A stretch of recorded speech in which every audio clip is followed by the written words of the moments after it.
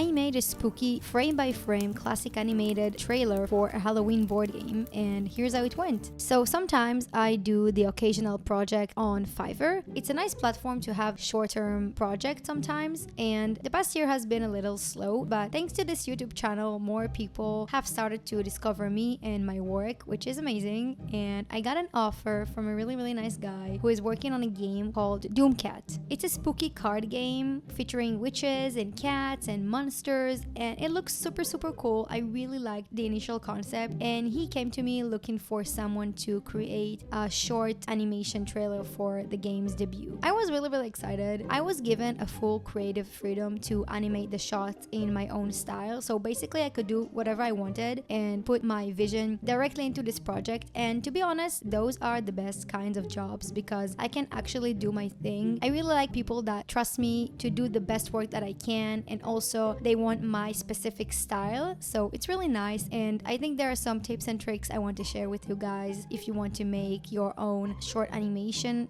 So let's get started. First, I received a brief description of each shot, and I got an existing music attached to it, so I already knew what the beat and the music is going to sound like. And each shot was supposed to be about 1 second long, with a few exceptions here and there. The beat was really fast, and the shots needed to flow naturally and smoothly in a very fast pace. What I like to do first is I start with the basic sketches for each shot, and I make sure the composition and the angles work together, and not only for each shot but throughout the video as well. A trick that I learned is to link the shot placements so the movement is easy for the eye to follow. I'll give you an example. If in one shot the cat snatches a dice cube from the lower right corner of the frame, the next shot should start from the same spot where the viewer is already focused. So this makes the cut feel more natural, giving the eye a smooth transition rather than just jumping around the screen and make you confused. Sometimes breaking this rule works perfectly, but it needs to be very intentional and aligned with the director's vision for the shot.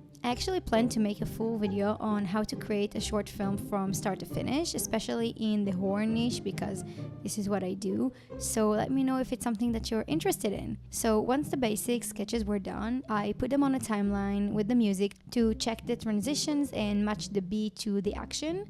I sent everything to the client, he approved, and I moved to the animation. I use the Procreate Animation Assist tool. Now, let me be honest, okay?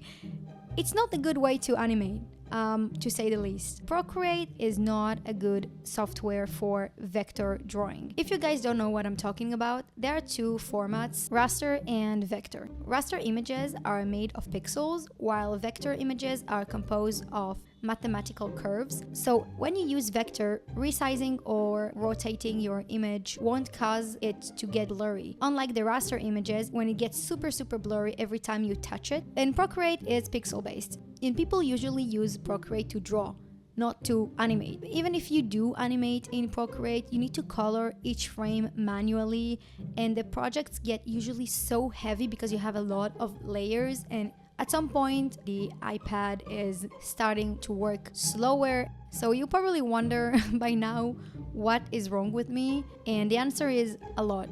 Okay, but really, like, jokes aside, I am just a creature of habit. I made my entire first horror film on Procreate alone, which in hindsight was a horrible decision because it wrecked my hand and also my back. I am not going to do this again. I've made the second film on a suited software for classic animation. I had such a better experience the second time around, but this software is very expensive, and when I started my YouTube channel, I came back to Procreate because this is what I'm used to, and yes, this is where we are right now. But despite the challenges, animating is still the best part. My favorite was the little witch. She reminded me of myself every time my dog eats one of my socks and I catch her in the act. Some scenes were a really nice new challenge for me, like when the cat knocks over the book. My favorite shot though was the one with the adorable octopus. It has so much personality and it's so cute. I even animated fire manually, which was a nightmare.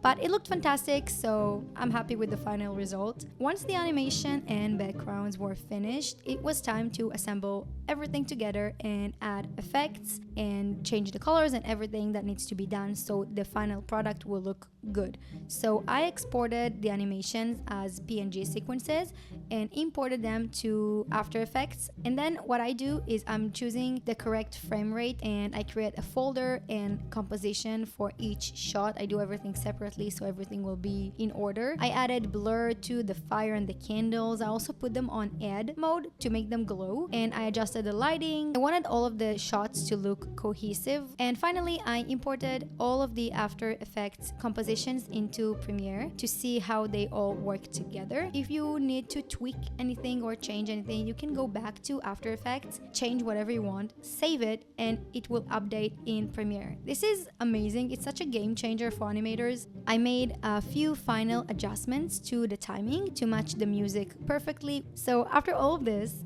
here's the final result.